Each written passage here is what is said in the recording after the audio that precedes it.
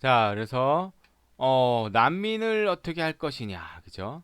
난민을 받아들이면 안 된다, 뭐 이렇게 이런 뭐 논의들이 유럽 안에서도 계속되고 있고 우리나라도 과거에 예멘 난민들이 한번 제주도에 온 적이 있어요. 그때를 통해서 난민을 어떻게 할 것이냐, 받아들일 것이냐, 받아들이지 말 것이냐 이야기를 하는데 자, 그들의 주장이 논거가 뭔지 한번 살펴볼 필요가 있습니다. 난민 유입을 반대하는 측에서는 난민 유입되면 그들을 정착시킬 때까지 도와줘야 되고 마니까 재정 지출이 증가한다.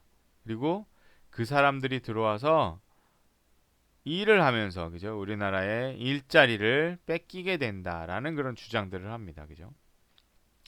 그리고 난민들이 들어와서 범죄와 테러를 일으키기 때문에 그 안에 테러범들이 숨어 있을 수 있다. 그렇기 때문에 난민을 받아들이는데 반대하거나 매우 신중해야 된다라는 입장을 주장하죠.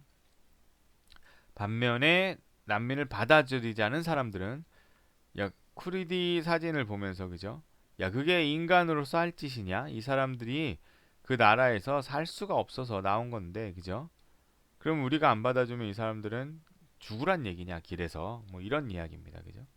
그 다음에 실업률이 증가하고 우리 일자리를 뺏어가는 것처럼 이야기를 하는데 그죠? 그 사람들이 와서 하는 일은 이걸 반대하는 사람이 하라고 해도 하지 않을 일을 이 사람들이 해주고 있다라는 거죠. 그죠? 그래서 저렴한 임금으로 산업 현장에서 일할 수 있는 이런 사람들이 있어서 우리나라가 굴러갈 수 있는 거다. 그죠? 이 사람들이 인력을 충원해 준다면 오히려 도움이 될 거다라고 이야기를 합니다. 그죠? 음, 어떤 게 맞는 걸까요?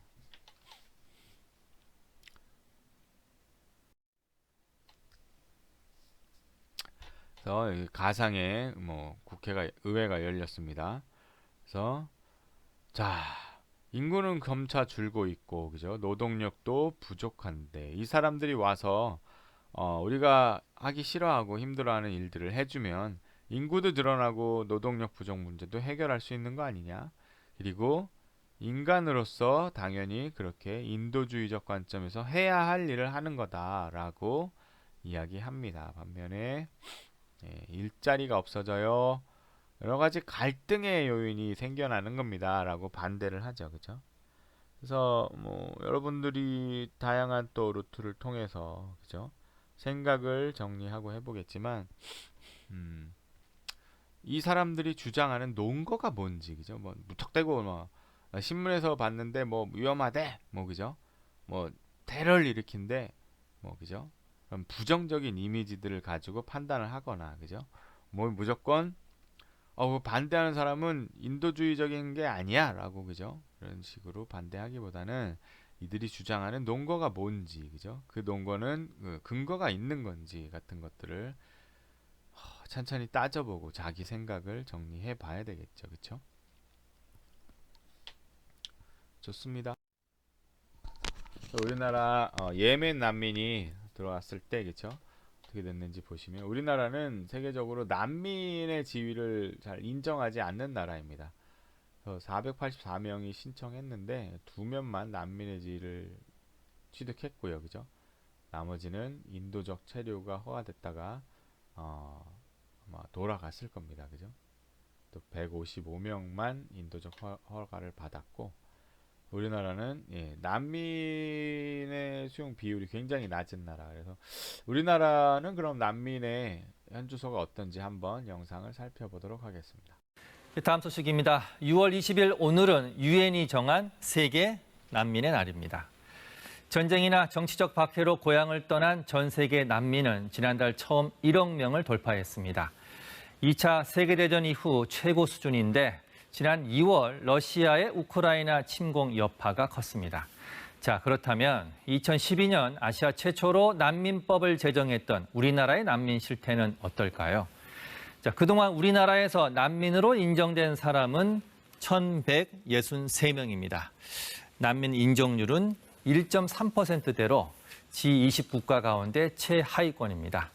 자, 여기 보시는 다른 나라들과 비교해 볼까요? 자, 그야말로 바늘구멍 뚫기죠.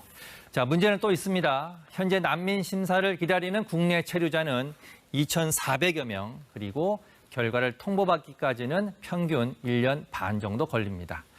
반년마다 갱신해야 하는 신청자 비자로는 취업할 수 있는 곳이 거의 없는데요. 이 때문에 생활고에 시달리는 것은 물론이고 고용주나 브로커에게 부당한 일을 당해도 제대로 목소리를 내기 어렵습니다. 국가인권위원회는 이렇게 난민 심사 과정에서 겪는 신청자들의 고충을 지적하면서 지원 마련을 권고했습니다. 지금까지 앵커 브리핑이었습니다.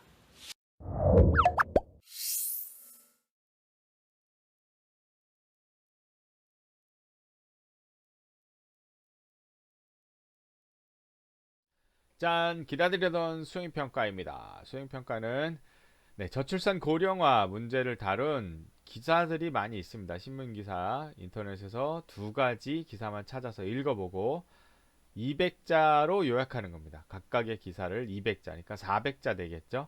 400자로 요약하고 그 기사에 대해서 본인이 생각해 본 내용들, 비판적 생각을 기록해서 제출을 하거나 혹은 기사 두 개를 200자, 200자, 400자 요약하고 그다음에 저출산 고령화가 계속된 약 40년 뒤 2060년 우리나라 사회의 모습의 한 단면을 여러분들이 묘사하는 작품을 만들면 됩니다. 작품은 뭐 신문기사, 보고서, 수필, 일기, 그림, 만화, 네컷 만화 다 좋습니다. 여러분들이 잘할 수 있는 그런 걸 하나 잡아서 작품을 만드시고, 작품을 만들었을 때는 내가 그 작품을 이해할 수 있어야 되니까 작품에 대한 설명을 간단히 붙여서 제출해 주시면 되겠습니다. 이해돼요? 양식은 요 작품을 만들었을 때 양식은 따로 없습니다. 그러면 내가 기본적으로 제공하는 양식은 신문 두 개를 요약하는 거, 그 다음에 신문에 대한 본인의 생각을 쓰는 게 기본적인 수행평가고, 나는 뭐 이런 거 딱딱한 거 싫다, 난 창의적으로 좀 더 도전해보고 싶다 하시는 분은 저출산 고령화가 지속되면서 나타나게 될 2060년 우리 사회의 단면을 다양한 양식의 작품을 만들어서 제출을 하고 거기에 대해서 자기의 설명을 쓰는 거예요. 자료와의 연관성. 그러니까 내 신문 기사에서 이런 걸 봤는데, 그죠? 그다음 이게 이럴 것 같다라고. 그다음에 설명의 논리성. 이 작품을 설명하는 논리성이고요. 소재의 참신성, 제출 기한 같은 것들이 작품을 제출했을 때 이게 장점이고요. 그다음에 뭐 비판적 생각도 마찬가지, 그죠? 논리적, 그 생각이 논리적이냐? 그다음에 생각이 참신하냐? 그다음에 신문 기사와 잘 연관돼서 설명하고 있느냐, 이런 것들이 평가의 요소가 되겠습니다. 잘할 수 있죠? 네. 그래서 여러분들이 뭐 이런 작품들을 만드는 것에 많이 도전했으면 좋겠다라는 바람을 가지고 있지만 뭐 다 그럴 필요는 없어요. 그쵸? 그래서 여기 신문 기사에 대한 본인의 생각을 간단하게 정리해서 제출을 하시면 되겠습니다. 부담스럽지 않죠? 네. 그러면 다음 주에 교실에서 뵙도록 하겠습니다. 끝. 수고했어요.